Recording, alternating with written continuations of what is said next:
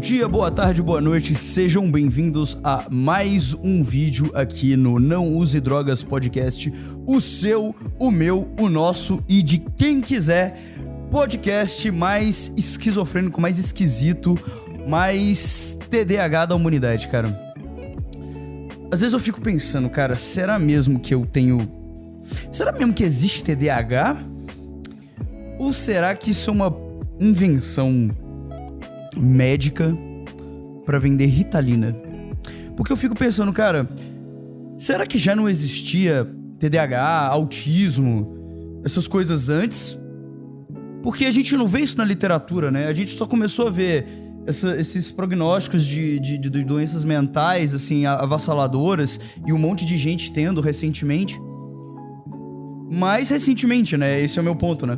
Só que tem outra coisa que eu fico pensando também, cara. Tem muita gente, como eu falei, que está tendo... Eu não vou dizer que tá tendo mais TDAH ou tá tendo mais autismo ou qualquer coisa. Mas, assim, estão chegando à conclusão de que... Deixa eu só conferir se o áudio tá gravando aqui mesmo, porque eu fiz uma... Tá gravando. Está tendo hoje em dia, né?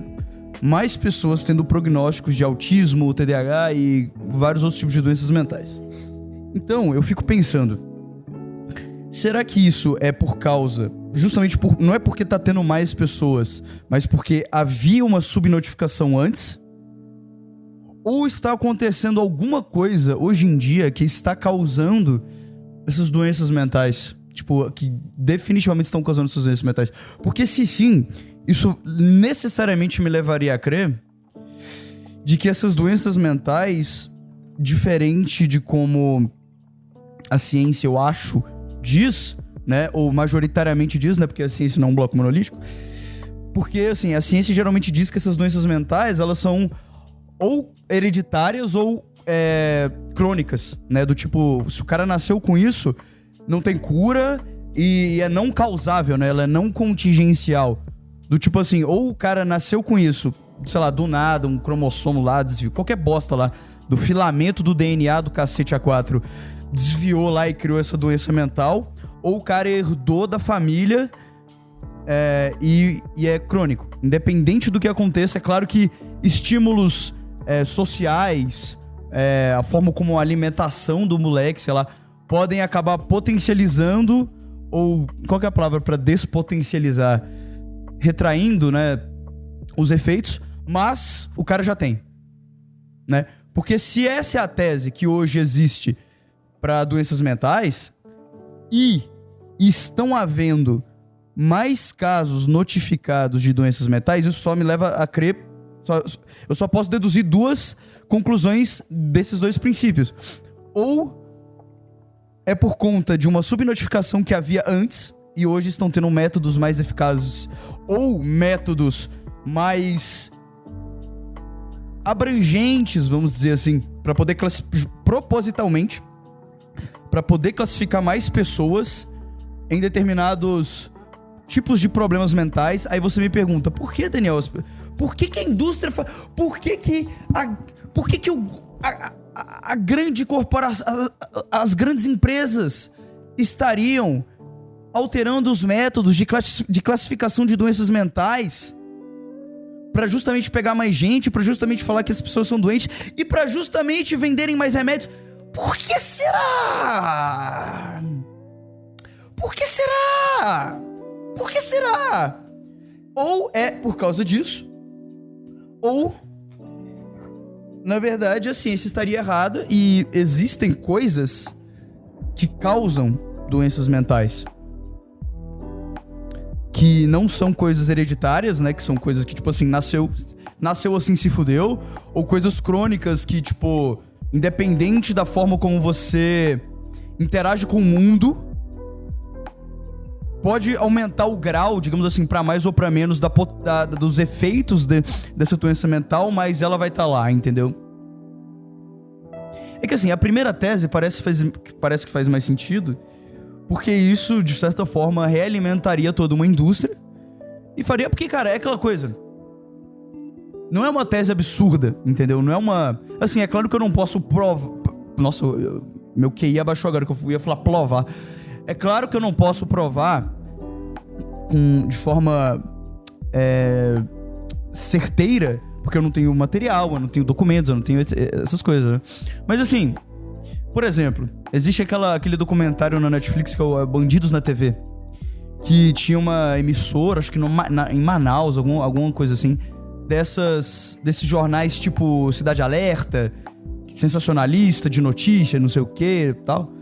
E aí, aparentemente, tinha um canal lá que os caras, eles criavam crimes, tipo, eles, sei lá, eles pagavam um cara pra matar alguém, ou pagavam um cara pra sequestrar alguém, tipo assim, eles pagavam um cara pra, dia tal, hora tal, lugar tal, você vai cometer tal crime. E, coincidentemente, a nossa equipe vai estar lá com a van e todos os materiais, microfone, iluminação, cameraman, a câmera, o repórter, as falas prontas.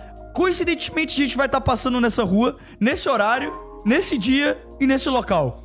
Entendeu? Repetidas vezes. Entendeu? É uma sorte. É o faro do jornalista. Eu tenho o faro do jornalista, entendeu?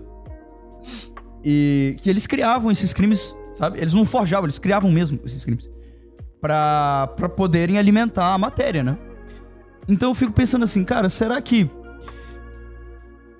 alguma coisa está, digamos assim, criando uma forma de estabelecer doenças mentais de forma mais abrangente, pra justamente pegar mais gente, pra justamente espalhar um certo pânicozinho moral nessa galera, pra eles pensarem, meu Deus, eu tenho um problema mental, eu tenho literalmente um problema mental.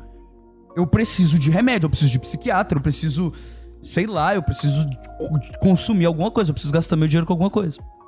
E aí, eles acabam consumindo mais remédios, eles acabam consumindo mais psiquiatra, etc, etc, etc. E eles realimentam uma indústria. Porque assim, eu fico pensando, cara, agora vai vir uma tese conspiratória. O que não é tão conspiratório faz algum tipo de sentido. Tem que ser meio maluco pra encontrar essas conexões, mas aqui é o Não Usa Drogas Podcast. Essa é justamente a minha função, conectar coisas que aparentemente não fazem sentido. Entendeu?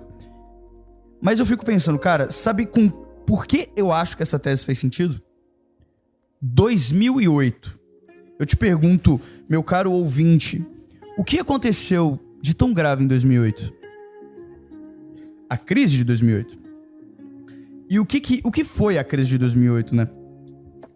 Basicamente, intervenção do Estado massivo na economia, né? E essa intervenção do Estado de querer inflacionar a moeda, de querer expandir mercados que não tinham uma demanda real. Basicamente, a crise de 2008 foi um desequilíbrio entre oferta e demanda, né? O Estado queria, digamos assim, criar uma fake demanda para pro próprio mercado criar uma fake oferta em cima dessa fake demanda para expandir as coisas, para jogar para cima, aumentar o PIB e gasto, imprime dinheiro e crise do subprime e vamos hipoteca, imobiliário, vamos torrar essa porra, vamos aumentar esse mercado, entendeu? Porque, afinal, por que a gente não vai... Eita, rapaz, espera aí, deixa eu ver só uma coisa aqui que eu acho que eu... Não, tá gravando, tá.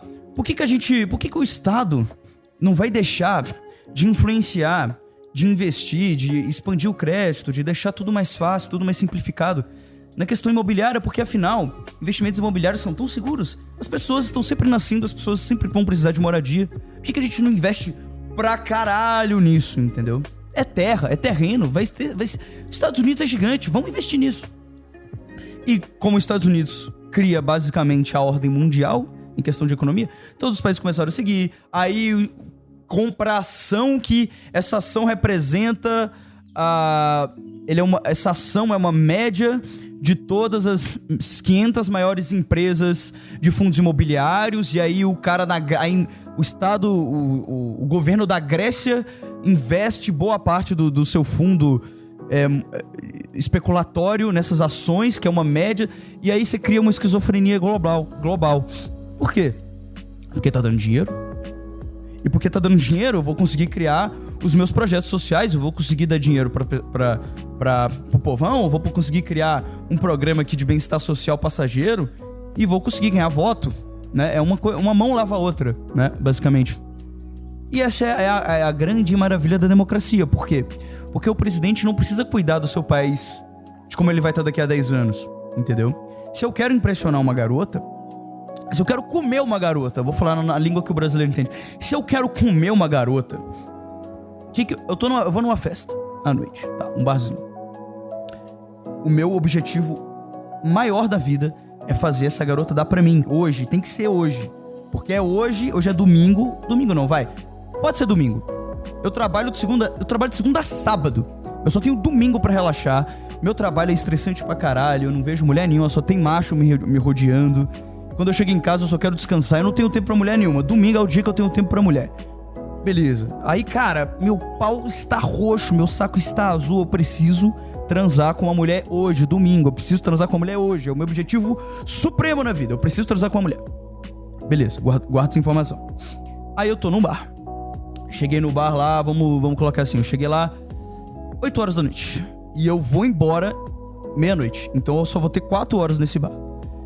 Nessas 4 horas, cara, o meu saco tá muito roxo. Eu preciso levar uma mulher. Eu preciso sair desse bar até estourando meia-noite.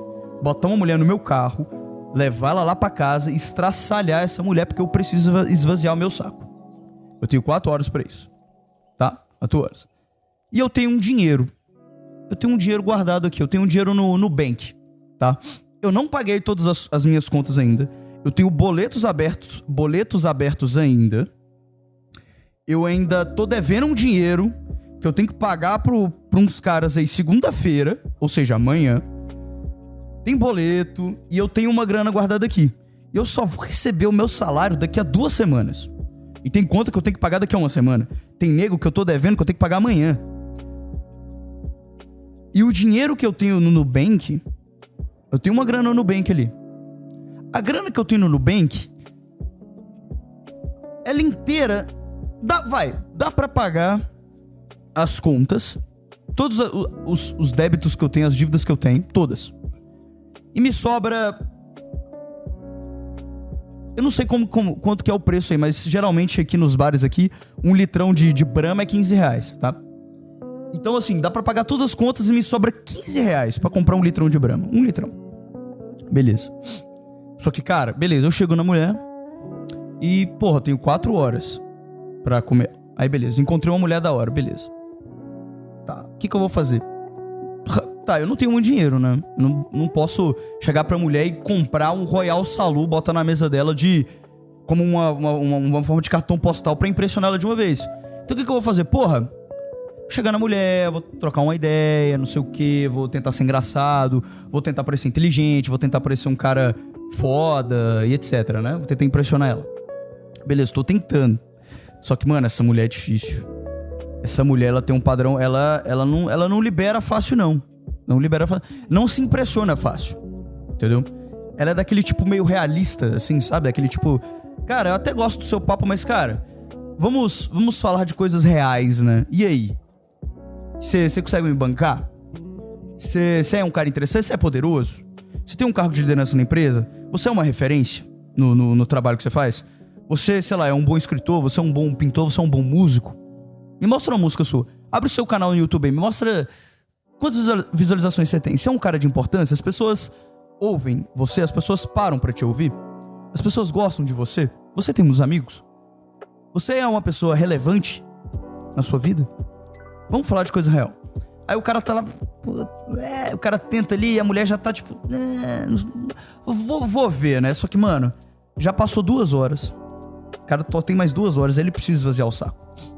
Aí o que acontece? Porra, ele tenta de novo. Passou mais uma... Cara, 3 horas e meia se passaram. O cara tá desesperado. Daqui a meia hora ele tem que ir pra casa. Ele tentou todas as armas possíveis dele.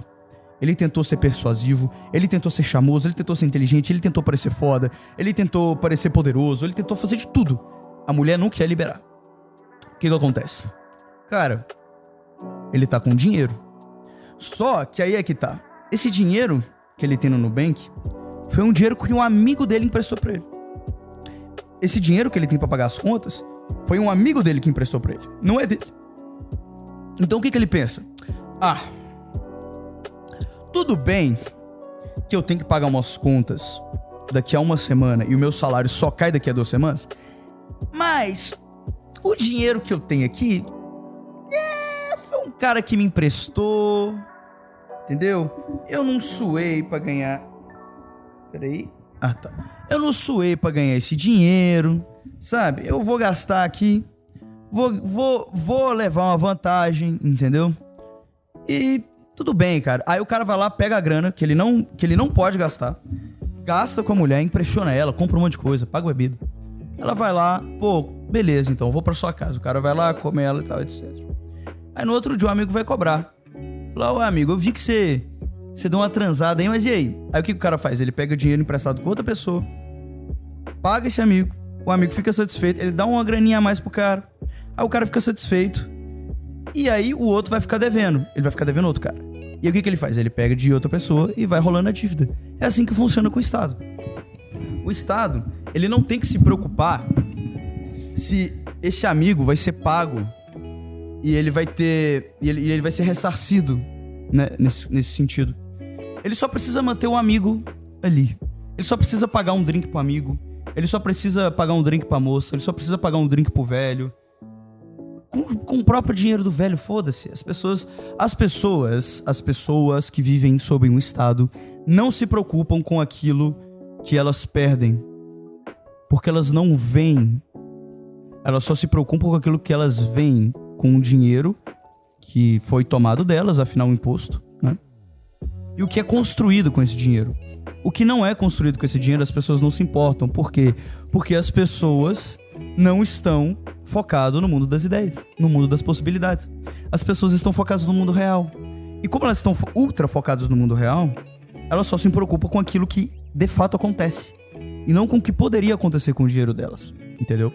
É por isso que político asfalta rua e constrói ponte e não constrói cano, e não constrói um sistema de esgoto, e não constrói um sistema que fica embaixo da terra, por exemplo, que vai melhorar a cidade muito mais do que reasfaltar pela 5ª vez a mesma rua.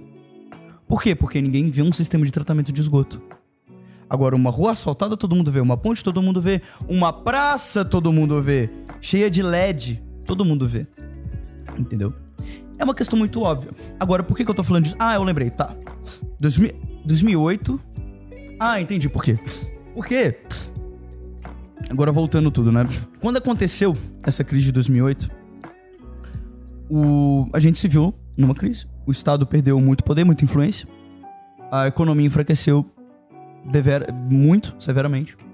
Só que, em momentos de crise, a maneira correta de lidar em momentos de crise é deixar, basicamente, a agência do livre mercado agir e fazer as próprias correções. Só que isso demanda tempo. E tempo na política significa quanto mais tempo você demora pra fazer uma coisa, por mais que essa coisa seja sólida e dure a longo prazo, isso não conta, porque a longo prazo, como Keynes diz, todos nós estaremos mortos. E politicamente falando, a curto prazo todo mundo vai estar morto, politicamente falando. Então eles precisam dar uma solução agora. E como que você dá uma solução agora pra uma crise econômica justamente criada pelo Estado, né? Você pega o dinheiro das pessoas, investe e cria um monte de coisa. Inflaciona a moeda, você começa a criar projetos públicos, você começa a investir desenfreadamente em infraestrutura, você começa a fazer investimentos em grandes empresas nacionais, você libera o crédito, você... Sei lá, cara, você aumenta a taxa Selic para os investimentos estatais em tesouro direto ou qualquer coisa seja muito mais atraente para as pessoas botarem dinheiro no Estado, para o Estado poder ter dinheiro para liberar um crédito mais fácil, para as pessoas poderem pegar crédito mais fácil e gastar mais dinheiro, inflacionar a moeda. Só que aí, inflacionando a moeda, o preço das coisas vão aumentar. Só que aí, o que você faz? Porra, os preços das coisas aumentaram. O que a gente faz? A gente para de imprimir moeda para os preços abaixarem ou a gente imprime mais moeda ainda para a galera ter mais dinheiro para comprar mais, para inflacionar mais e a gente fica nesse vício eternamente. É o clássico exemplo. Como que você cura uma ressaca? Existem 2 formas de você curar uma ressaca. Primeiro, passar um dia inteiro sentindo uma puta dor de cabeça e aprendendo que você não deve encher a cara pra caralho. Porque quando você enche a cara pra caralho, primeiro, você gasta muito dinheiro, porque você tá gastando muito dinheiro pra encher a cara. 2, você fala merda, faz merda, fica sonolento, agride alguém, xinga alguém.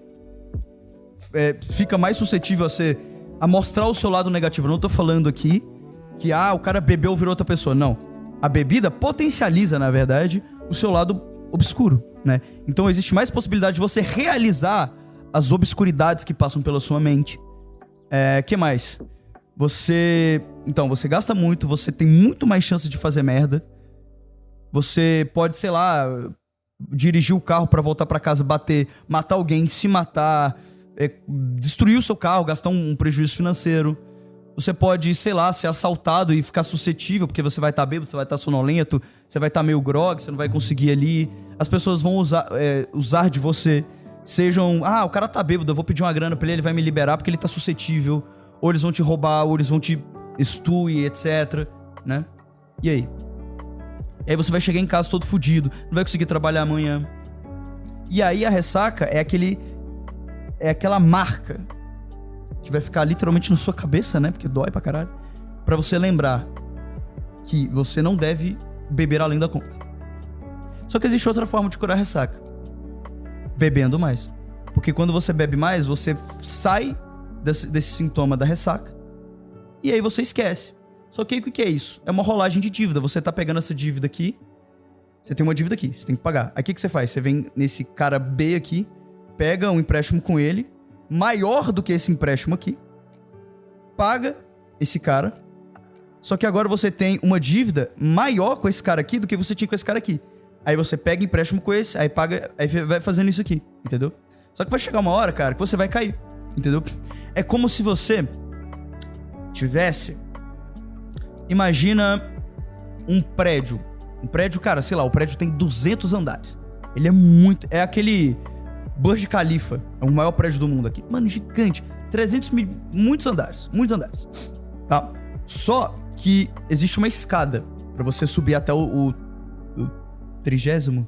Não, o 300... O último andar, que é o que fica... 300 andares pra cima, tá? Tem uma escada pra você subir. Não tem elevador. É um prédio muito antigo, não tem elevador ainda, tá? É a Torre de Babel. Então não tinha elevador na época. Só que essa escada não fica, tipo, tem o prédio, ela não fica dentro do prédio, né? Que é uma escada normal. Ela fica, tipo, em volta do prédio.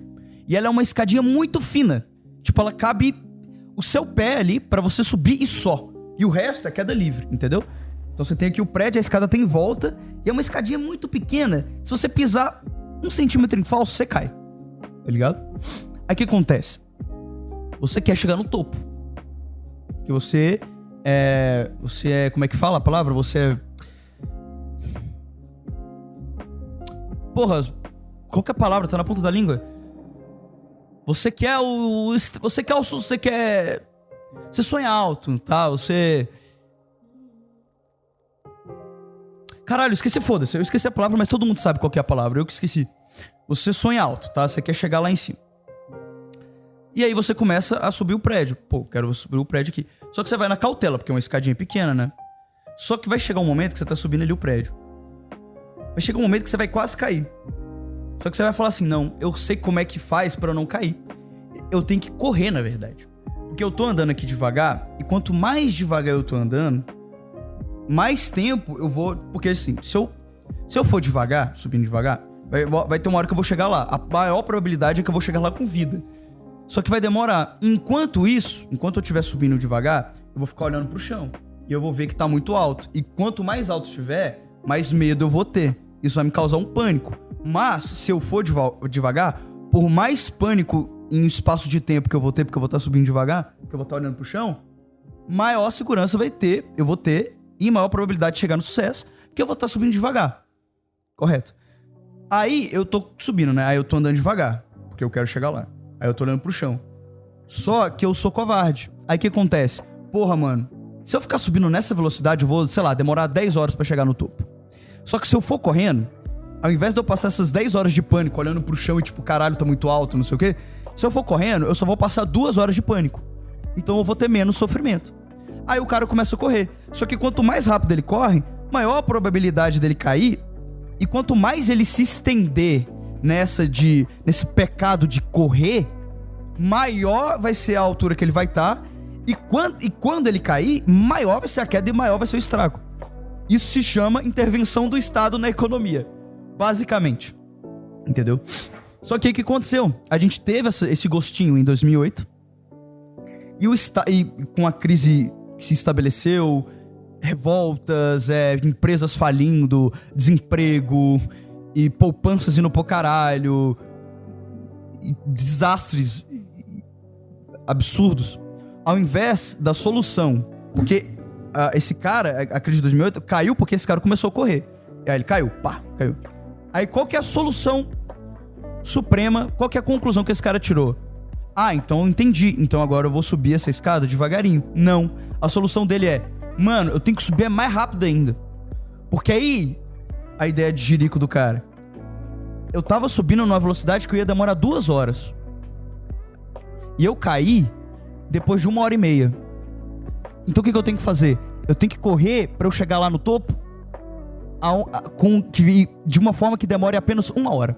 Porque se eu tava correndo e depois de 1h30 eu caí, então eu tenho que correr mais rápido pra dar tempo de eu chegar lá em 1 hora. Porque se eu cair em 1h30, se eu correr em uma velocidade que eu chegue lá em 1 hora, eu não caio. Solução de jirico. Correr mais rápido. Essa foi a solução. Entendeu? Só que assim, por mais jegue, na verdade não é nem jegue, é porque tem sempre, quando acontece uma coisa, tem sempre aquela coisa, né? Ou esse cara é burro, aquela conclusão, né? Ou esse cara é burro, ele é mau caráter. O Estado não é burro, ele é mau caráter. Ele é filha da puta. Então, essa solução de jirico, que parece uma solução... Nossa, que Estado burrinho, né? Agora ele acha que se ele correr 1 hora, ele vai conseguir chegar lá. Não é burrice, é mau caratismo. Por que é mau caratismo?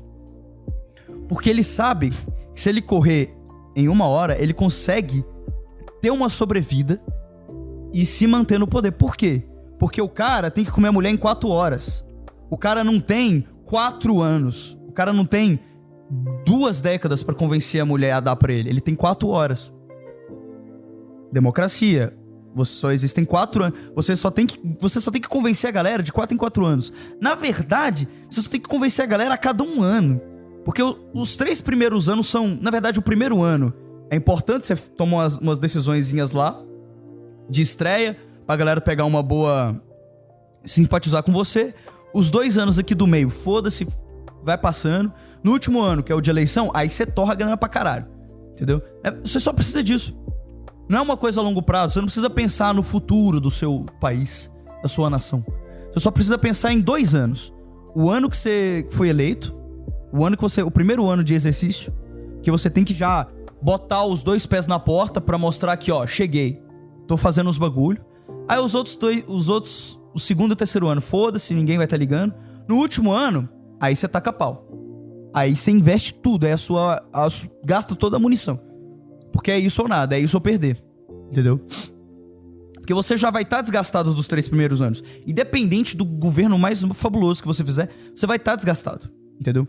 Porque pra um político ganhar uma eleição, ele tem que sempre prometer mais do que ele entrega. Por quê? Porque se ele não prometer mais do que ele de fato vai entregar, o seu concorrente vai prometer mais do que ele e vai ganhar a eleição. Então ele tem que sempre prometer mais do que ele vai entregar. É uma necessidade lógica de um político, né? Então, o que ele faz? Ele guarda tudo pro final. Porque é no final que as coisas vão ser decididas, entendeu? Aí o que acontece? Como ele não precisa pensar a longo prazo, ele só tem que manter a galera entretida até o ponto dele ganhar a eleição, tá? Então, essa foi a solução pra crise de 2008. Vamos correr mais rápido, vamos subir esse prédio mais rápido ainda, tá ligado? Só que isso é o mau caratismo. Esse ele é pretencioso, entendeu? Ele quer subir o prédio mais rápido ainda. Só que ele tenta fazer um pacto com o diabo, uma mandinga, uma loucura, a gente vai subir mais rápido ainda, mas a gente vai tentar fazer um esquema aqui pra não cair. Entendeu? E qual que é esse esquema pra não cair? Cara, a gente vai ter que vender alma pro diabo. E leia-se, vender alma pro diabo, eu não tô falando no sentido religioso. Eu tô falando no sentido assim, a gente vai ter que ser mais baixo. E a gente vai ter que agir de várias formas. Não só de uma forma, entendeu? Tipo, não tem, a gente vai fazer isso aqui, pronto. Não. Vão ser várias mini coisinhas. Várias pequenas atitudezinhas que a gente vai tomar, que, somadas, vai dar pra gente conseguir gastar esse dinheiro que a gente tá imprimindo, esse crédito fácil que a gente tá liberando. Porque a gente precisa de liberar o crédito pra manter... A gente precisa dar cerveja pro cara curar a ressaca dele. A gente precisa, mano, vai mandando cerveja. Só que a gente precisa também... Porque não vai ter cerveja pra sempre. Entendeu? O crédito que o Estado libera, ele não tem lastro. Ou seja, o lastro seria a cerveja. Não tem cerveja pra sempre. Quer dizer, a gente até pode ir jogando cerveja, só que o tempo de ser produzido uma cerveja e outra demora. Então, nesse intervalo que a gente dá cerveja pro cara, ele bebe. E aí a ressaca começa a voltar até chegar outra cerveja e a gente dá pra ele. Nesse meio tempo, o que a gente vai fazer? Dá um analgésico pra ele. Dá um remédiozinho pra ele passar dor de cabeça. Entendeu? E taca ali remédio. Então o que a gente faz? Porra, antes a gente tava... Antes da crise de 2008, o nosso único plano era dar crédito pra comprar cerveja pra ter mais cerveja pra dar pra esse cara. Só que nesse intervalo, ele começava a ter ressaca. E chegava num ponto que esse intervalo ficava mais significante do que o tempo que ele passava bêbado. E nessa, ele acabou percebendo que ele tava com a enxaqueca desgraçada, não conseguia nem beber mais porque ele tava tão enjoado que ele vomitava tudo que ele bebia e aí fudeu. Agora, o plano continua dando cerveja, só que nesse intervalo, mano, libera mais crédito ainda, só que pra um outro ramo. Aqui eu tô dando um exemplo, mas coincidentemente tá fazendo sentido, né? Porque eu tô dando um exemplo de dar um analgésico, que é medicinal, e eu tô fazendo esse exemplo pra fazer um paralelo com a indústria farmacêutica. De fazer o quê? De, cara, vamos expandir a metodologia que a gente usa pra classificar a doença mental. Pra quê? Pra mais pessoas se encaixarem nessa metodologia, pra as pessoas gastarem mais o seu dinheiro e trabalharem mais. Porque o que mantém essa economia inflacionada do Estado é a produção. Imprimir dinheiro é uma solução de curto prazo pra fazer parecer que as coisas estão indo bem, só que chega uma hora que, né, que nem eu falei, os intervalos entre uma bebida ou outra, o cara vai perceber que ele vai estar com a enxaqueca tão fodida, porque já tá tomando a 35º litrão, e ele vai perceber que ele tá com a enxaqueca fodida, vai ter enjoo, não vai conseguir beber, vai vomitar tudo, vai passar mal, vai ser internado, não vai conseguir produzir pro Estado, não vai dar imposto pro Estado, a economia colapsa. Então a gente tem que dar um analgésicozinho pra ele ser movido a analgésico e cerveja, foda-se, entendeu? Aí o que acontece? Vamos fazer isso então. Antes a gente tava só comprando a cerveja, vamos continuar comprando a cerveja, só que a gente agora também vai dar dinheiro pros caras das indústrias dos remédios também. Pra quê? Pra produzir mais analgésico pra dar pra esse cara, pra manter esse cara vivo. Então o que acontece? Porra, a gente vai continuar agora falando na prática, né? Sem dar exemplos, porque eu adoro dar exemplos, né? Mas agora falando de forma prática. A gente vai continuar intervindo na economia, a gente vai continuar expandindo o crédito, a gente vai continuar aumentando a taxa Selic para as pessoas gastarem dinheiro ainda mais com o Tesouro Direto e botar dinheiro na poupança. E outra coisa, mano, vamos fazer o seguinte, vamos, de alguma forma, dar dinheiro para esses caras de forma indireta, através da SECOM, né, que é o órgão de propaganda, a Secretaria de Comunicação. Mano, de alguma forma, vamos usar os órgãos estatais pra liberar a grana. Pra quê? Pra esses coach fajuto aí que fala pra botar dinheiro na bolsa. Vamos fazer o cara querer ter vontade de trabalhar mais, porque esse é o fato. Vamos fazer o cara trabalhar mais, pra ele dar mais dinheiro pra gente, pra sustentar essa gastança de imprimir dinheiro. Cara, vamos fazer o seguinte. Antes, o que acontecia? O cara trabalhava de boa, pagava as continhas ali, ficava sossegado, tranquilo, guardava o dinheirinho dele, botava ali no banco, não rendia nada, a gente não tinha um retorno financeiro legal. Agora vamos fazer o seguinte, mano, e se a gente, começar a expandir a metodologia de classificação de doença mental? Porque olha só, se a gente faz isso, mais pessoas vão ser diagnosticadas com problemas mentais. E existe um estigma na sociedade que uma pessoa com problema mental, cara, ela precisa de tratamento urgente. E cara, se esse cara, ele trabalhava Não ganhava muito não, pagava as continhas, sobrava um dinheirinho, tomava cervejinha, guardava uns 5% ali no mês, 10% ao mês, botava no banquinho, no investimentozinho, alguma coisinha assim que a gente não tinha como tirar dinheiro, porque ficava num banco, um sistema financeiro que a gente não conseguia tirar muito imposto em cima, e ficava só entre ele e o banco ali, a instituição privada, a gente não conseguia tirar muito imposto dali, e não conseguia realimentar essa roda de imprimir dinheiro e o caralho. Cara, por que a gente não faz o seguinte? A gente começa a expandir a metodologia, mais pessoas têm doença mental. Esse cara que guardava o dinheirinho dele, ele vai ver, porra, tem o TDAH, tem o problema mental. Nossa, mano, vou ter que gastar esse 5% que eu economizava todo mês, que ficava um dinheiro rendendo, que era entre eu e essa instituição privada, que o Estado não conseguia tirar impostos, um imposto grande. Agora eu vou ter que gastar toda essa grana e dar pra indústria farmacêutica, que, olha só, ela pega subsídio de um banco estatal. Meu Deus, não é possível que... O Estado não faria isso. O Estado pensa no meu bem.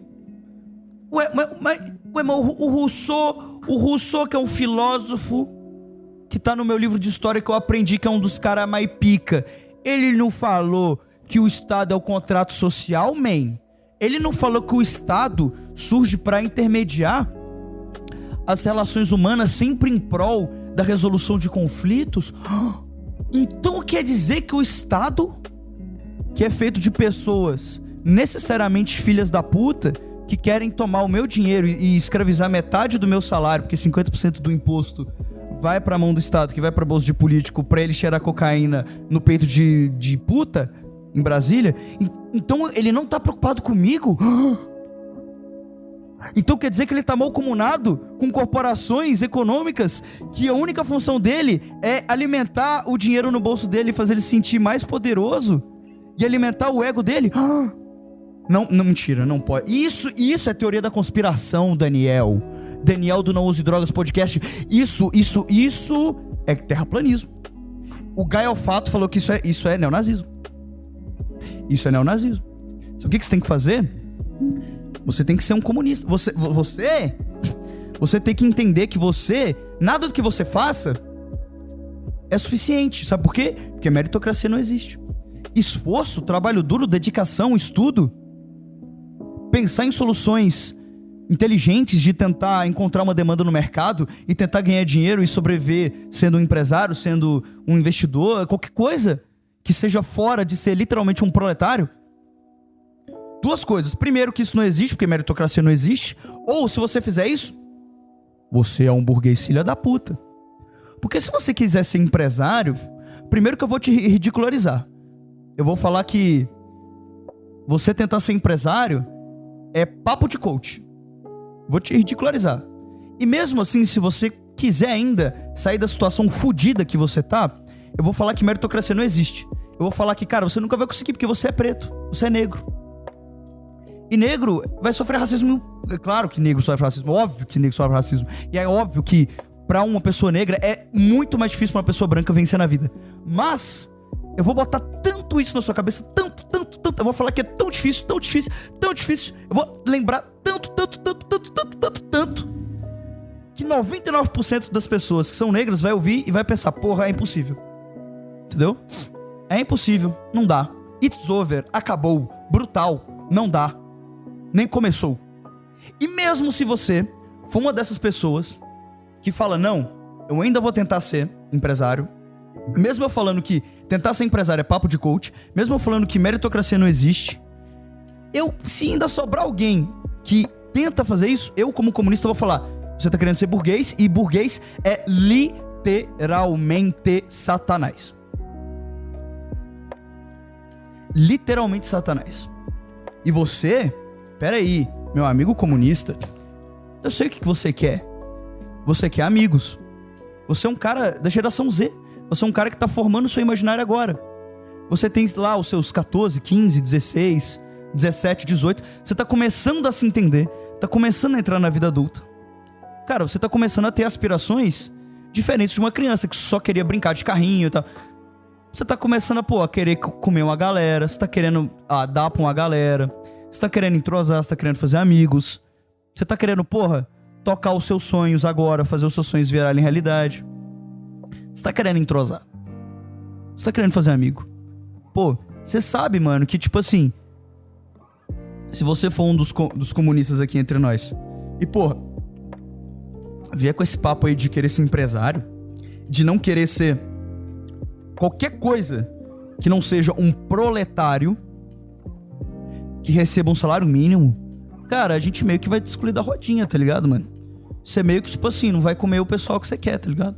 Meio que a gente não vai ser seu amigo. Meio que a gente vai te cancelar. Meio que a gente, como um comunista, a gente só pensa na efetividade prática do plano e você é só uma peça. E se você, enquanto não comunista, a gente vai literalmente te descaracterizar. E como um comunista que acredita em luta de classes, ou seja, que acredita em materialismo histórico dialético, ou seja, que acredita que na prática o mundo se divide em dois polos, tese e antítese, se você não tá do nosso lado, você tá do outro lado. Então quer dizer que mesmo que você, mano, seja uma pessoa humanista pra caralho em todos os sentidos, se você não se mais autodenominar comunista e querer, tipo, empreender de forma honesta, justa, sem querer pesar em ninguém, a gente meio que vai te excluir do nosso grupo, então você não vai andar com a gente. Meio que você não vai comer ninguém. A gente meio que vai te ridicularizar. A gente meio que vai te cancelar. E se tiver uma doidinha aqui entre nós, ela meio que pode te acusar de uns crimes aí, tá ligado? Uns crimes aí sexual, sei lá. Não sei. E aí? Vai querer vir com esses papos de querer empreender? Vai vir com esses papos de querer ser literalmente qualquer coisa que não seja um proletário fudido? Você vai literalmente querer ser uma coisa que foge da dialética burguês e proletário? Você vai literalmente querer tentar ser uma coisa que foge dessa dialética, ou seja, que foge do nosso mundinho ideal, onde existe o bem e o mal, e nós somos o bem lutando contra o mal? Você vai querer criar uma coisa no meio ali pra atrapalhar o nosso sonho, man? Pra atrapalhar a nossa fantasia? Você vai estragar o nosso fetiche, man? Porra, você vai dizer que o nosso fetiche literalmente não tem lastro na realidade? Nós que tanto falamos de materialismo, de materialidade real dos fatos, você vai realmente querer jogar uma tese, você vai realmente querer viver uma vida na prática que desmantela a nossa fantasia? Pera aí, você tá dizendo que o nosso materialismo é puramente baseado em idealismo fantasioso? Aí não. Aí você tá desafiando a minha própria psicologia, cara. Você tá me invalidando. Você está literalmente invalidando o meu fetiche. Você está literalmente invalidando a minha fantasia.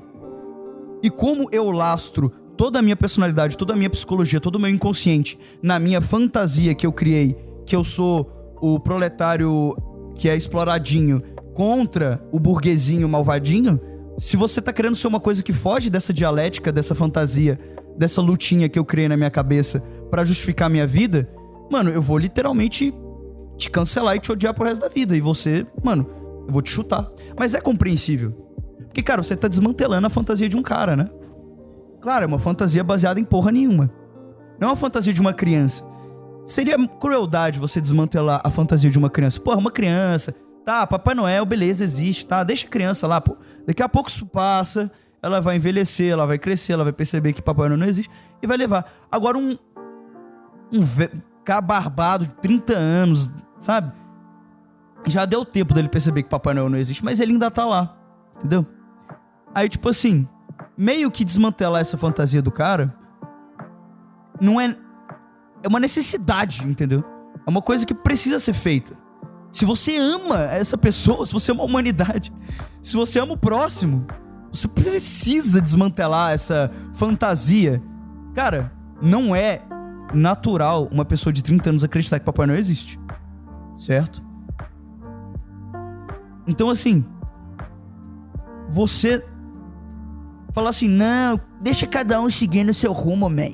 Cada um faz o que quiser da vida.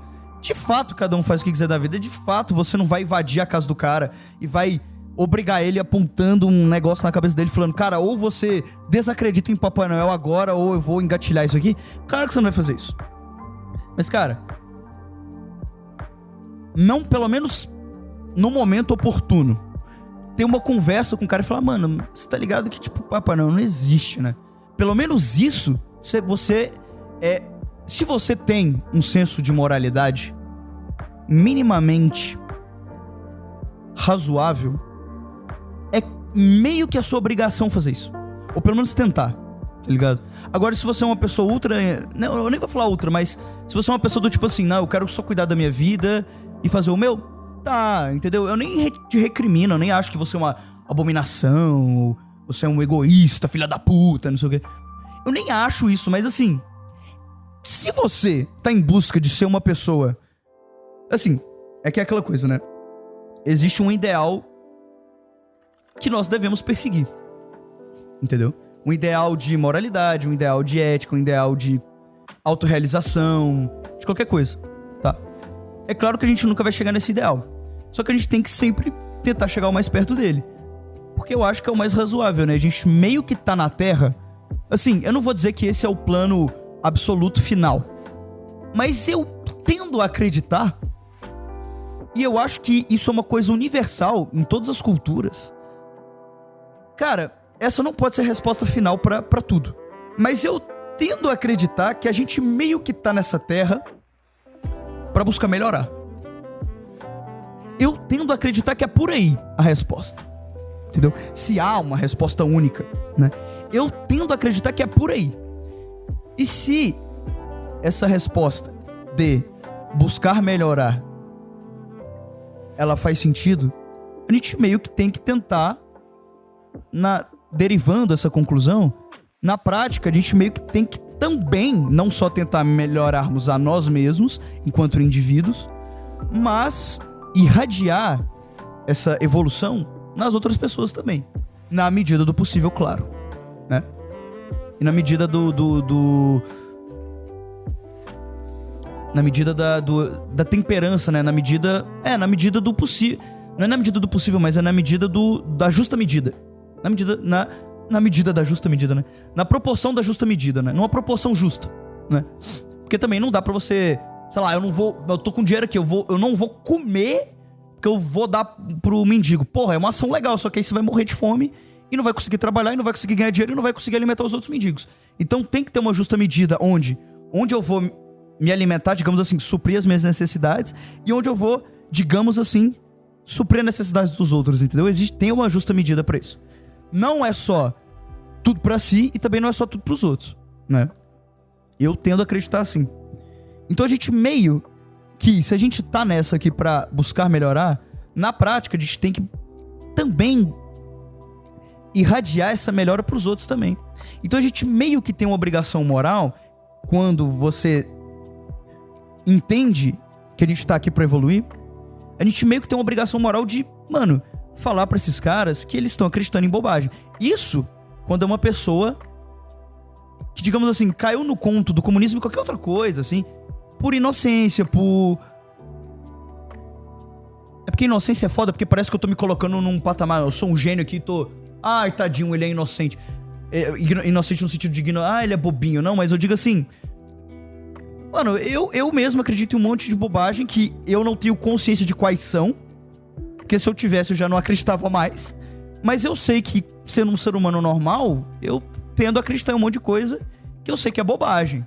Que eu sei que não vai me levar a lugar nenhum, né? Então, assim, eu não tô me colocando num patamar de sábio do alto da montanha, tá ligado? Mas, quando nós identificamos que alguém tá caindo numa bobagem, a gente meio que tem que alertar pro cara, entendeu? Mas a gente tem que alertar quando a gente percebe que o cara, ele tá nessa, ou por inocência, ou por acreditar que ele, por defender isso, ele está na prática defendendo o mundo. Mas quando a pessoa tá com boas intenções, entendeu? Agora, quando a gente percebe que é mau caratismo, a gente não tem que buscar converter o cara. Porque a gente não tenta buscar convencer com argumentos lógicos e racionais a um leão de não nos devorar enquanto a gente está perdido na floresta. Quando o leão esfomeado encontra a gente perdido na floresta, a nossa única função é duas: ou correr, só que correr é covardia, nesse sentido, né? Não no sentido de se a gente estiver na floresta, a gente tem que correr do leão, porra. Mas você entendeu? o rei é covardia, ou a gente tem que enfrentar se a gente tiver armado. Porque é ou ele ou é nós. Entendeu? Quer dizer, ou é a gente, ou é ele ou é nós, que vai dar um fim à vida, né? Então a gente tem que enfrentar.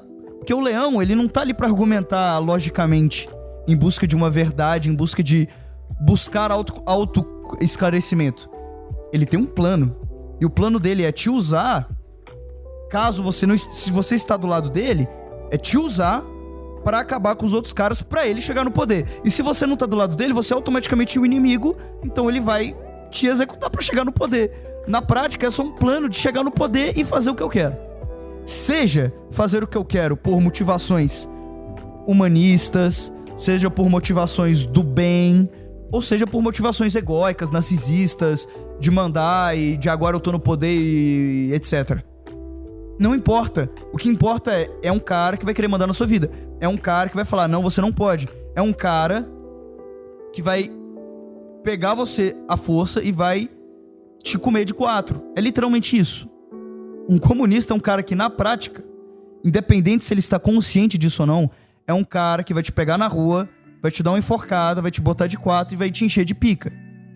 Você é um cara que quer ser botado de 4 e ser enchido de pica, metaforicamente falando, se você for gay não tem problema nenhum, porque você gosta disso. Eu digo metaforicamente, você tem problema com isso, você quer metaforicamente ser enchido de pica por uma pessoa que você não escolheu, dando esse exemplo pros gays, porque um heterossexual, nem por uma pessoa que ele escolheu, ele quer ser enchido de pica. Agora, por exemplo, uma pessoa homossexual, ele não quer ser enchido de pica por uma pessoa que ele não escolheria de forma livre. Entendeu? Você quer ser enchido de pica por esse tipo de pessoa? Não. Independente se essa pessoa tá te enchendo de pica porque ele acredita no fundo do coração dele que você realmente quer ser dominado por ele, e você tem um fetiche pela dominação, ou seja, por mau caratismo mesmo, porque ele é um né, etc. Não, você não quer. Então você tem que lutar contra, entendeu? Você tem que apontar a falha em pessoas nesse sentido. Seja de forma... Na verdade, seja de forma não. Quando essa pessoa está de bom coração nessa, aí você tem que apontar a falha. Agora, quando essa pessoa está de mau caratismo, quando essa pessoa tem a única coisa que tá na cabeça dela é: eu tenho que usar qualquer meio possível pra convencer essa pessoa a estar do meu lado, para eu somatizar as minhas potencialidades de chegar ao poder e mandar em todo mundo, ou eu tenho que taxar esse cara como inimigo pra eu poder estraçalhar ele, entendeu? Basicamente isso. Eu não sei como eu cheguei aqui, cara. Mas é isso, cara. Eu acho que a conclusão desse podcast é... pense por si mesmo. Essa é a conclusão de hoje, meus queridos. Seja racional, não caia na ladainha. Tudo que você escutar, tudo que você lê, tudo que você vê na internet, tenta sempre pensar, porra, será que isso faz sentido? Dá um pause. Pô, gostei desse argumento que esse cara deu. Aí você começa a destrinchar ele, tá? O que você tem que fazer é o seguinte: você ouviu um argumento que fez sentido, soou legal, bateu em você. O que você faz? Você dá uma pausa no vídeo, pega esse argumento e analisa, tá? Quais são as premissas desse argumento? Quais são as bases desse argumento? Aí você vai rastreando, ó, cheguei. A base desse argumento é isso aqui. Aí você pega a base desse argumento e vai derivando as consequências lógicas, tá? Se a base desse argumento é essa, então logo isso aqui conclui isso aqui. Necessariamente. Se isso aqui conclui isso aqui, então isso aqui conclui isso aqui. E isso aqui, logicamente, então vai concluir isso aqui. Isso aqui eu concordo, eu acho justo, eu acho que faz sentido. Cara, eu não acho que é legal, eu não acho que é moral, eu não acho que é ético, não. Pô, então eu vou ter que descartar essa base. Aí você ignora. Porque existe muita coisa, principalmente hoje na era da pós-verdade, nós tendemos a acreditar em muita coisa que faz sentido, mas que não tem um lastro nem na lógica, nem em fatos científicos comprovadamente verificados, né? Então a gente vê, por exemplo, muito crescimento de teoria de terra plana, de que a vacina causa autismo, de que não sei o que, do que as antenas HARP e não sei o que. Por que você já parou pra pensar, por que do nada teve essa explosão assim de teoria muito psicodélica e muito forte assim? Foi uma explosão, cara. Por quê? Porque Porque a gente tá vivendo na era da pós-verdade. E o que é a era da pós-verdade? Se fez sentido, eu vou acreditar. E por quê? Porque a grande mídia, as grandes corporações de canais de mídia, de propagação dos fatos, da realidade, né, das notícias do mundo, os grandes canais de mídia, de televisão, de rádio, novela, qualquer coisa, até filme, né, porque o filme forma um imaginário simbólico, claro, é um filme, é uma interpretação, é uma fantasia, mas o filme ele passa símbolos pra você, arquétipos, ele passa personalidades, formas de seguir, de performar na realidade, tanto de forma estética, ou qual que é a moralidade da hora, como agir. A mídia vem com a informação do momento, o que tá acontecendo no mundo.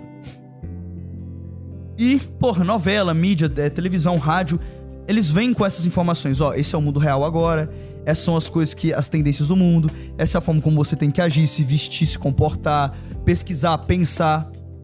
Essa é a faculdade que você tem que seguir, essa é a tendência do mundo, esse é o banco que você tem que investir, essa é a forma como você tem que performar na vida, né? Só que como a gente teve uma sucessão, principalmente com o advance da internet e de plataformas alternativas a essas plataformas bastante tradicionais de controle de mídia, né? Por exemplo, sei lá, o YouTube, Facebook, rede social, internet, WhatsApp, Telegram, esses canais mais ou menos livres, mas com certeza muito mais livres do que a Globo, porque a Globo é o seguinte, ela mandou, você vai ver, ponto. É 0% livre. Agora o YouTube, por mais que tenha restrições, delete um monte de canais, assim, é muito mais... Na Globo você não pode mandar o seu vídeo, na Globo ela não vai exibir na rede nacional. Agora o YouTube, beleza, você tem uma série de restrições, mas você ainda meio que pode gravar o seu vídeo e botar pra todo mundo, né? Então, de certa forma já é mais livre, tá? Que uma rede tradicional, nesse sentido. E com essa propagação de informação livre, no primeiro passo foi muito positivo, porque a gente conseguiu ver que, olha, a grande mídia não é confiável. Essa coisa que a gente acredita que é verdade absoluta, irrefutável, porque a gente só tinha esse canal de informação. Então a gente só vai acreditar nesse canal de informação. E ele parece muito técnico, muito sofisticado. O Bonner fala umas palavras que eu não sei. Ele fala num tom grave, ele fala num tom pausado, e ele é bonitão. Ele é meio sério, ele tem aquele Hunter Eyes assim, e ele fala assim, boa noite. Então eu acredito nele. Ele parece uma pessoa que eu acreditaria, então eu acredito em tudo que ele fala. Até então era assim. Só que com o advento da internet e da propagação de informação livre, a gente conseguiu identificar que a grande mídia, ela nem sempre tá falando a verdade. E na verdade, ela mente pra caralho, isso é real. E quando a gente teve esse choque, porque a gente teve esse avanço, esse grande avanço da internet de uma forma muito rápida, porque os grandes investidores perceberam que esse negócio de rede social, de YouTube, porra, dá uma grana pra caralho, então vamos botar dinheiro. E aí teve um boom dessas redes sociais, e aí muita gente se manifestando, muita gente dando a sua voz, e muita gente percebendo que a grande mídia mente pra caralho.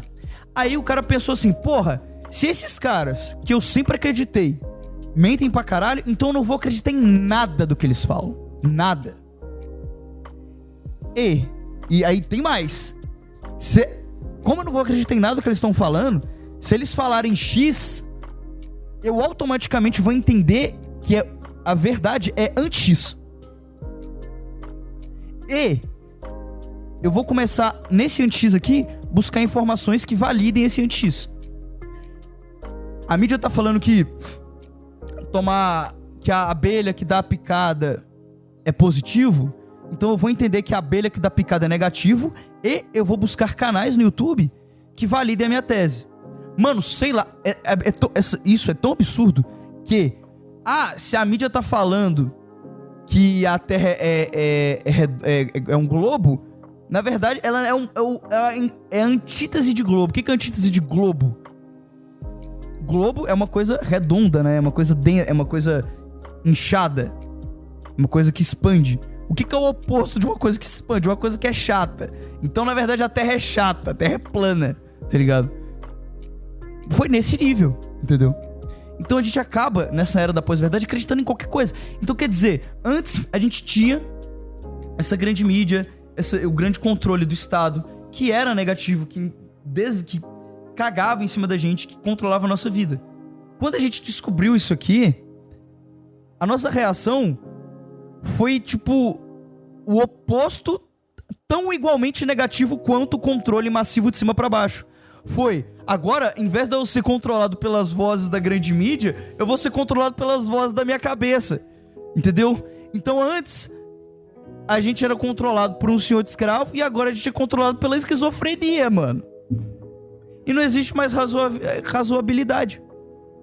Não existe mais aquele cara que fala assim, porra, beleza, eu não vou acreditar de pronto na grande mídia, mas porra, se a grande mídia falar que beber água é bom, não quer dizer que beber água é ruim, entendeu? Porra. E também outra, se o cara alternativo à grande mídia aqui, porra, beleza, eu vou botar uma fé nesse cara, vai, vamos ver o que esse cara tá falando. Mas porra, se ele começar a falar que a Terra é plana porque a grande mídia fala que é redonda, porra, eu não vou acreditar, mano, pelo amor de Deus. A gente já sabe que a Terra não é plana muito antes de sequer existir a possibilidade de um globalismo, de uma grande conspiração mundial. O cara na Grécia, 500 a.C., os caras já estavam provando que a Terra era curva, porra, pelo amor de Deus, né? Então assim, não... Para, tá ligado? Vamos parar com essa porra. Só que o que eu acho? Eu acredito que as coisas elas vão se superando ao longo do tempo. Só que eu tenho uma tese própria sobre. Porque se eu admitir que as coisas acontecem de forma... que a história se desenvolve de forma dialética, eu meio que vou cair no problema que eu acabei de explanar um tempo atrás, que é essa coisa da luta do bem e do mal, de que tudo é preto no branco e etc, né? É por isso que eu tô desenvolvendo a minha tese. E aí eu preciso desenvolvê-la pra ver se faz sentido. Porque até o momento é só uma hipótese, uma tese, né? Eu não sei se faz sentido ainda. Mas a minha tese é... existe essa dialética no mundo que cria tanto a evolução, quanto existe uma tese, uma outra dialética no mundo que cria a desevolução. Entendeu? Então, vou dar um exemplo que eu sempre dou quando eu explano essa minha tese que eu ainda preciso desenvolver. Que é o exemplo da escravidão. Por exemplo, hoje... pensa na escravidão lá, 1800, porra, ou você trabalha ou você vai literalmente ser chicoteado até a morte. Era isso que muita gente, era esse o dia a dia que muita gente vivia, né? Hoje, beleza, a gente evoluiu, dialética aqui, a gente não tá mais escravo, tudo bem. Mas, hoje, a gente também dialeticamente desevoluiu a ponto de liberdade, né? Porque a escravidão é sobre a liberdade, né? Então, beleza, a gente não é mais escravo. Vamos dizer assim. A gente ganha um salário que dá pra gente, pô, fazer umas coisas que um escravo dava pra fazer. Porque o que o escravo tinha? Comida e um canto sujo pra dormir. Porra, hoje o cara que não é mais escravo, pô, ele... aos trancos e barrancos... É que no Brasil tudo é uma bosta, né? Mas num país desenvolvido, o cara consegue, pô, ter um trabalho, não sei o quê, ter uma grana, viajar, etc. Só que, no mesmo sentido que a tese da liberdade, a gente dialeticamente desevoluiu a ponto do governo saber onde você mora, quais são os seus dados, o que você compra, quanto dinheiro você deve pra Receita Federal. O algoritmo sabe tudo de você. Então, assim, beleza, a gente economicamente, vamos dizer assim, tem mais poder de ação, mas em questão de privacidade, de informação, de segurança, a gente caiu no sentido da liberdade. Então, a dialética, ela funciona nesses dois polos, tanto negativo quanto positivo, entendeu? Segundo a tese hegeliana, a tese, ela inevitavelmente vai levar a um fim da história onde as coisas vão evoluir pra cima, entendeu?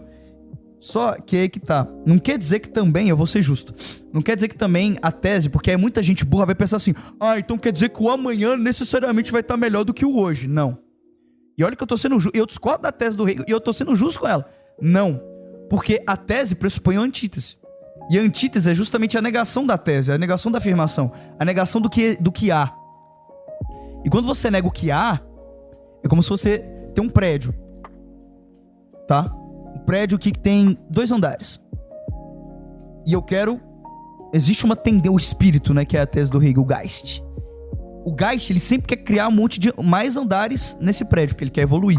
Então esse prédio tem 2 andares. Tá aqui, a tese. Só que pra eu criar esse segundo andar, eu preciso meio que quebrar umas estruturas que estão aqui, porque elas são frágeis. Elas não... Se eu botar um terceiro andar aqui, vai cair, porque esse prédio, quando ele foi construído pensando pra ser 2 andares. Então eu meio que preciso de uma antítese, de um martelo, pra quebrar umas coisas aqui, pra ter um confronto mesmo. O confronto, digamos assim, entre prédio e martelo. Pra quebrar umas coisas aqui, pra criar uma base, pra criar o terceiro andar. Aí beleza, criou o terceiro andar. Só que o terceiro andar, ele quer, entre aspas, continuar sendo um terceiro andar. Só que a antítese, ela... Mano, eu quero quebrar, eu quero destruir esse terceiro andar. Ele quer refutar o terceiro andar. E nessa refutação, nessa afirmação e refutação, nesse embate, é como se os dois chegaram num acordo, tipo assim, beleza, vamos fazer o seguinte, você pode me quebrar, eu deixo você me quebrar. A tese falando pra antítese. Eu deixo você me quebrar, eu sei que você quer quebrar. O seu negócio é a crítica, você quer quebrar, você quer destruir, você quer apontar o dedo. Mas vamos fazer o seguinte, você quebra, só que assim, você vai fazer o seguinte, você quebra, eu quero construir, eu quero, digamos assim, afirmar, e você quer negar. Então vamos fazer o seguinte, você quebra a parte que me impede de ser um quarto andar. Porque aí, o que acontece? Você vai estar realizando a sua satisfação, né? Você vai estar realizando o seu desejo de destruir, de quebrar. Só que aí, quando você quebrar, eu vou conseguir me afirmar. Porque o meu tesão é afirmar, construir. E o seu tesão é negar, é destruir. Então o que a gente faz? Você me nega, você me destrói nessa parte aqui de cima, que tá me impedindo de ser um quarto andar. E quando você me negar aqui em cima, essa parte que tá me impedindo, eu vou conseguir me afirmar como um quarto andar. E essa é, digamos assim, o pacto entre tese e antítese que cria a superação. É uma tese que faz sentido, né? Só que ela, inevitavelmente, pressupõe que... duas coisas. Primeiro, que vai haver um fim da história. Quer dizer, a tese não pressupõe que vai haver um fim da história, mas o Hegel pressupõe que vai haver um fim da história, o que eu acho tosco. Porque... e aí? Como assim o fim da história? Vai haver um fim da história? Não vai haver um fim da história. Se a gente tá pressupondo que o espírito é absoluto, como é que vai haver um fim? Existe um fim no absoluto? Deus não acaba, entendeu? E também tem o problema de que isso inevitavelmente vai... por mais que exista essa antítese, que é a coisa que nega, que aparentemente parece ser, digamos assim, o lado negativo do mundo, ele não é o lado negativo necessariamente do mundo. Ele é o lado que nega a tese. Só que o lado que nega a tese não é necessariamente algo ruim. Tecnicamente, o que nega a tese, na verdade, é uma coisa até boa. Porque é ela que, digamos assim, dá o combustível pro carro andar. Entendeu? Mas a minha tese é o seguinte, existe essa força dialética de tese, antítese e síntese, de superação. Só que eu também acho que existe esse mesmo motor pra baixo. E é isso que cria essa discrepância do mundo tá melhor e pior ao mesmo tempo. Entendeu? Mas enfim, eu acabei de explanar uma tese que é literalmente a tese principal da minha obra principal de epistemologia, que eu vou reeditar o resto da minha vida, que eu pretendo criar um livro. Aí eu não vou dar, se eu dar um nome também, mas eu pretendo criar um livro que vai ser uma Magnus Opus, é tipo a obra principal, né? Porque eu sou escritor, não sei se pra quem sabe, né? Eu escrevo, tô terminando meu 5º livro, etc, né? Eu sou escritor. E um dos livros que eu quero escrever e que eu quero reeditar ele o resto da minha vida, que eu quero, digamos, eu quero criar uma tese epistemológica. Epistemologia é teoria do conhecimento. A teoria do conhecimento, a epistemologia, ela quer entender quais são as estruturas capazes, as estruturas válidas que possibilitam a absorção do conhecimento verdadeiro. Isso é uma epistemologia. Entendeu? Então, por exemplo, deixa eu pensar. Sei lá, as regras do futebol, sei lá. As regras do futebol é, digamos assim, a epistemologia que torna uma partida de futebol válida. Entendeu? Porque, por exemplo, eu não posso chamar de válido uma partida de futebol onde, sei lá, o atacante pode pegar a bola com a mão e sair correndo, sei lá. Eu não posso nem chamar isso de futebol, porque teoricamente o futebol é um conjunto de regras, né, onde, por exemplo, um atacante não pode pegar a bola com a mão e sair correndo, né? A epistemologia é como se fosse... Só que como não existe um consenso único na filosofia, é como se não existisse um consenso único do que é o futebol. Porque nesse exemplo eu tô tentando dizer o que seria um consenso único da forma perfeita e absoluta de abstrair conhecimento verdadeiro. Abstrair conhecimento verdadeiro. E não existe essa tese absoluta única que é absolutamente verificada por todas as pessoas. Ou por todas as consciências, por todos os intelectos, entendeu? Cada pessoa tem um ponto de vista, digamos assim. Então existem várias epistemologias. O Kant tem uma epistemologia X, o Hegel tem epistemologia Y, o Fichte tem uma epistemologia Z. Vários filósofos têm várias epistemologias. E eu quero criar a minha. Do tipo assim, ó... O conhecimento, ele... Primeiro, pra gente poder entender como abstrair esse conhecimento, a gente precisa primeiro entender como a coisa, o ser, o que é, o que há, o que existe, se desenvolve. Porque a gente só consegue abstrair esse conhecimento quando a gente... É que nem assim, eu só consigo entender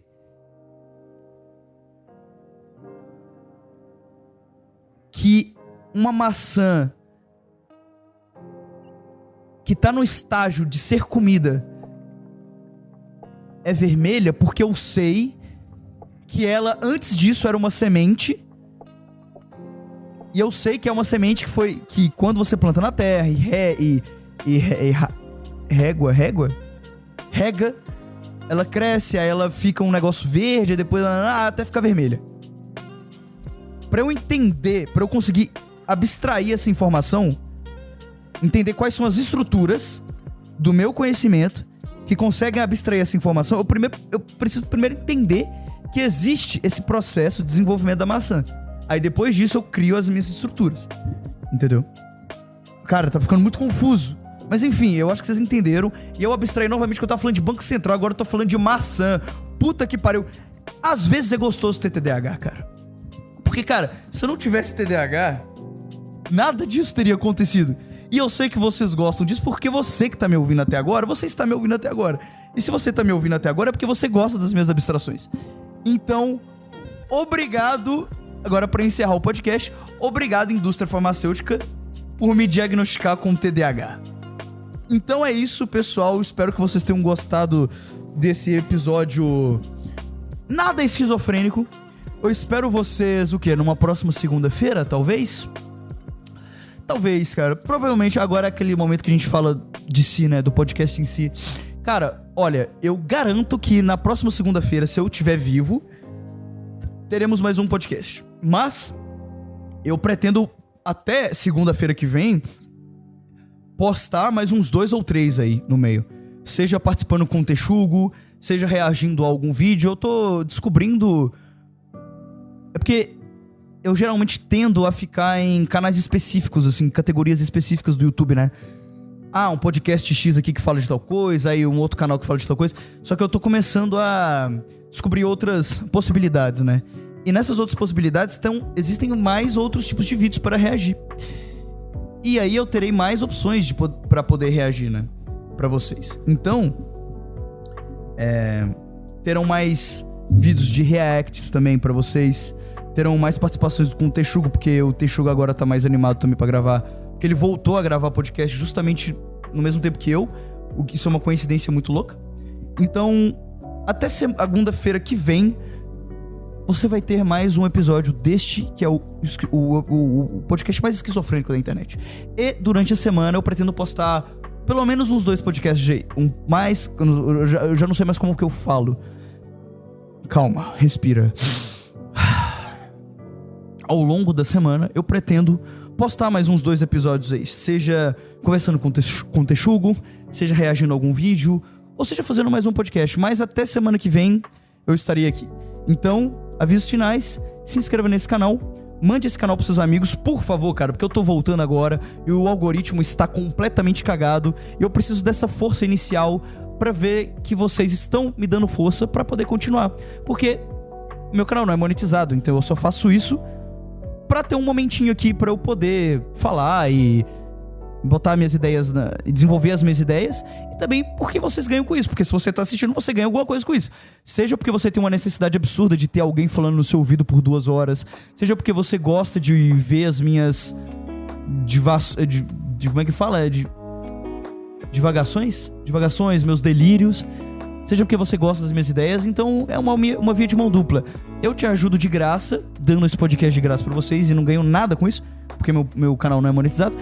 E vocês me ajudam divulgando pra mais pessoas. E quanto mais pessoas, maior a probabilidade de eu conseguir ser monetizado, mais dinheiro eu vou ganhar. E quanto mais dinheiro eu ganhar com isso aqui, mais eu vou investir, melhores vão ficar os podcasts, mais frequência terão os podcasts, mais satisfação vocês vão ter e mais gozadas nós teremos, mentalmente falando. Eu não quero que vocês gozem literalmente comigo, tá?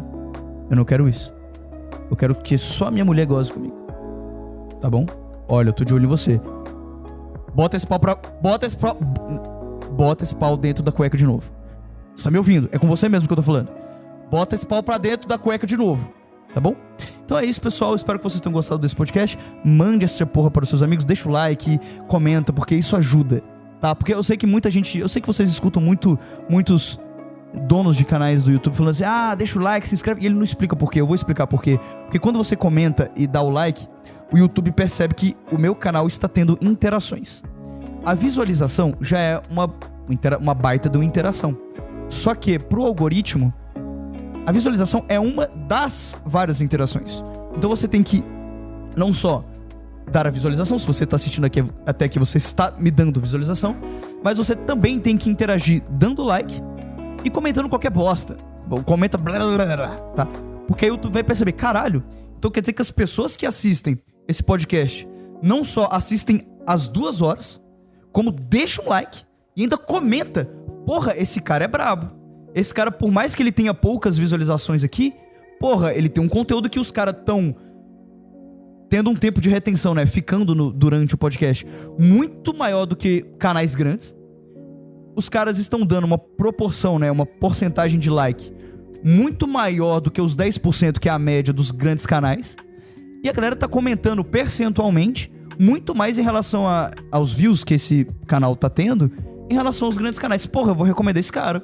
Eu vou recomendar ele no algoritmo, eu vou botar ele eu vou recomendar esse canal, esse episódio que tá tendo muitas interações com episódios que o algoritmo identifica como semelhantes. Ah, podcast, cultura, canal de cultura, de não sei o que, de falar livremente. Porra, eu vou começar a conectar outros canais grandes com esse canal. Porque, porra, esse cara tem potencial, porra, os caras estão dando like pra caralho, estão comentando pra caralho. Então, por favor, cara, o seu likezinho, porque como meu canal é pequeno, todo like é muito importante. Porque o YouTube vai falar: caralho, 30% de likes? Caralho, 30% de comentários, a cada 100 visualizações, 30 comentários, porra, esse canal é um sucesso, é um fenômeno. Eu vou recomendar pra todo mundo. E aí, mais views eu vou ter, maior as minhas possibilidades de conseguir ser monetizado, mais dinheiro eu vou ganhar, mais tempo e mais qualidade eu vou investir, porque com mais dinheiro eu posso comprar uma câmera melhor, eu posso contratar uma pessoa pra fazer umas thumbs, pra divulgar nas redes sociais, pra me dar pauta, pra me sugerir coisas. Eu vou ter tempo. Pô, ao invés de eu dedicar a fazer meus freelances aqui que eu faço, eu vou poder ter tempo pra poder pesquisar conteúdos que vocês gostam, então eu vou agradar mais vocês. Então, por favor, deixa o like, interage e manda pros seus amigos, tá bom? E não se esqueça que o primeiro link aqui na descrição é do canal oficial do Telegram. Eu tô sempre lá, todo dia eu tô trocando ideia com a galera, falando merda, fazendo piada.